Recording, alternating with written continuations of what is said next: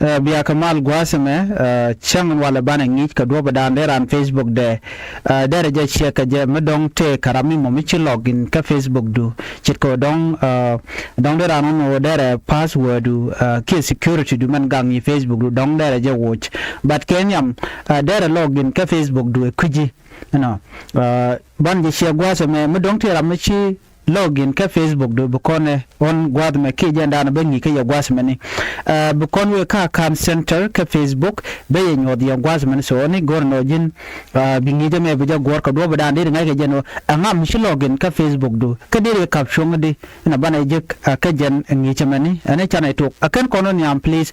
gorno jin bi channel bi je support bi subscribe ko bi tin kon nyot kana gwadum bi kan chama la shukji ka pet ko ngi kon ka quick technology ka do da ne da Facebook da je use ka je ka YouTube kana ti ko kenan wana kan ngi je da nan to content gwasame min gore ka ji gwasame buwe nyal gwasame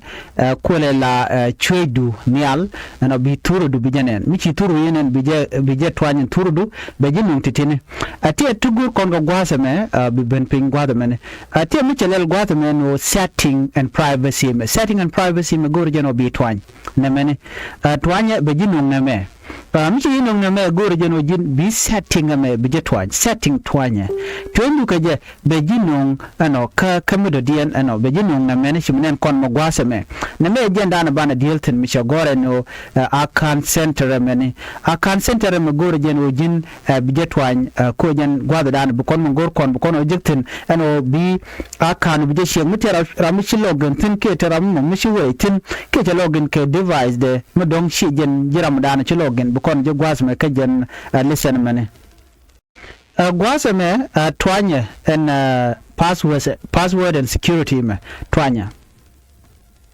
michi twany be jinu gwasame biname binan anono michi ben gwasame gor jeno tek mi belat gwasame ni because michi lele password and security me because nyoko mo twany kone gwasame twanya and password and security michi twany be jinu gwasame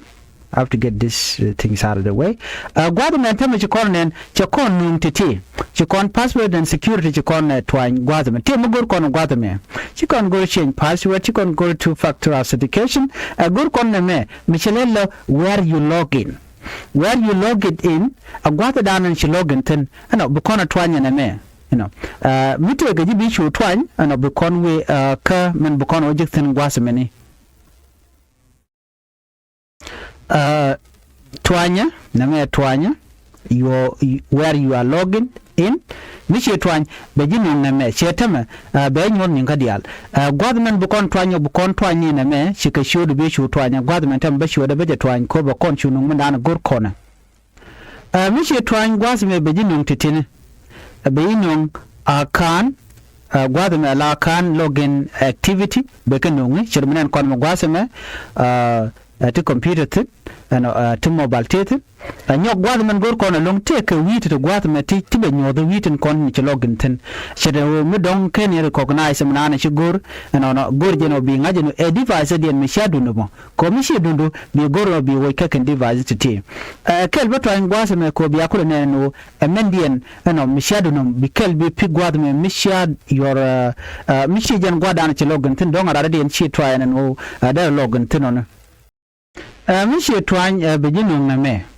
men chenu kon janan gwasmene chakon ngwadana chikon logintin so na me mishi recognize na men o shi jin chetana men ga chanya dang ro badak ka pai waro ronkin dang jin dang ro diye so mishi jin buwe ka kana kanda kon dial mishi jin chi loginan ka jan folpalu and then men bilel bumulen bi log out bi twany log out mi che twany bi shu log out gwada danen che login tin ko dong da lara mi mo mi kwalin ko dere goro bo login tin e shi nge tele knowledge mi nge jitin so bi shu lele bi shu gagrar bi shu login nan gwasamo jen do da ndira kandu dere ngaye jen nga mi chode nga mi chure tin ke nga mi shi wona no dere kandu dere je access ko mi che wen gwada me ka che login dere password ko dial ni dial dere ka ka your profile jen goro jen bi ngaje no diri rami mo mishi Facebook ru cheje user chi ngat diri jegede ajana mo gor no de nyaka kon kelo ni no ka jeli sen mene so kaji gor jeno bi timano nene menyam buwe ka jan password la password and security ko jen gor jen obinyi mudial tin gujin oder lat